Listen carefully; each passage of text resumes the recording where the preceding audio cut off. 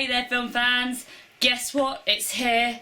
Captain America Civil War. The wait is finally over. As I'm sure you're aware, the plot is now one lot of Avengers fall out with another lot of Avengers, but they're both kind of right, have a big fight. Thor and Hulk aren't there, but a load of other people are instead. There are shitloads of characters in this film, and a lot of the new ones are actually really good, and despite the fact there are so many, they do give them a bit of character development, and you kind of get to know them a bit better than I felt you have in the past in some of them. Hawkeye, for example, I've never been that bothered by in the past, but he was pretty good in this. Captain America also, I don't know if you just grown on him because he's now been in, 4 movies?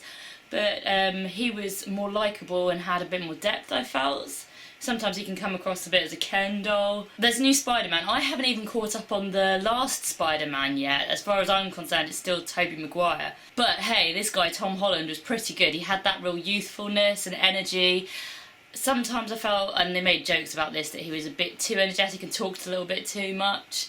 That was one little criticism I did have in some of the sequences with lots of them in.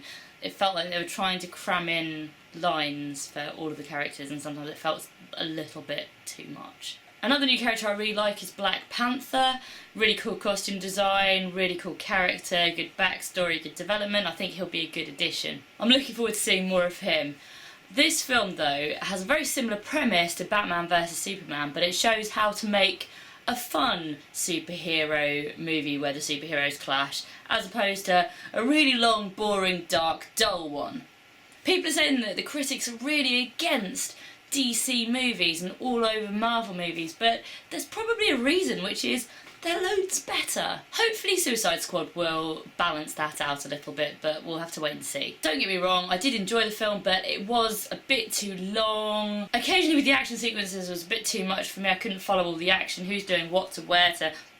Also, there are so many movies that now lead into this. I mean, you've got Ant-Man in there, who I love Paul Rudd, so that was nice. Obviously, you've got all the Iron Mans, you've got all the Avengers, you've got all the Captain Americas. I guess you can discount Thor to some extent in this, and the Hulk movies. I don't know if the Spider-Man's lead into this, but loads of characters, and loads of films, and loads of backstory, and occasionally you're like, I don't know what's happening here, because I can't remember what's happened in every single film. There's also a baddie, and he doesn't really need to be there maybe, or he's pretty forgettable. His motivations seem a bit confused. He just doesn't really seem to need to be there. I think they could have got round him. Pretty forgettable. I mean, the main dynamic is between the two sides of the Avengers, Captain America's side and Tony Stark's side. So whether they actually needed that antagonist, I'm not sure. Also, it does make you pick a team. I think that I'm Team Captain, but you kind of change throughout the movie. It's kind of weird that Tony Stark represents the responsible one in this dynamic. Who'd have thought? Overall, I did really enjoy it. There's enough going on, there's enough plotline, there's enough entertaining characters, there's enough jokes, there's enough action.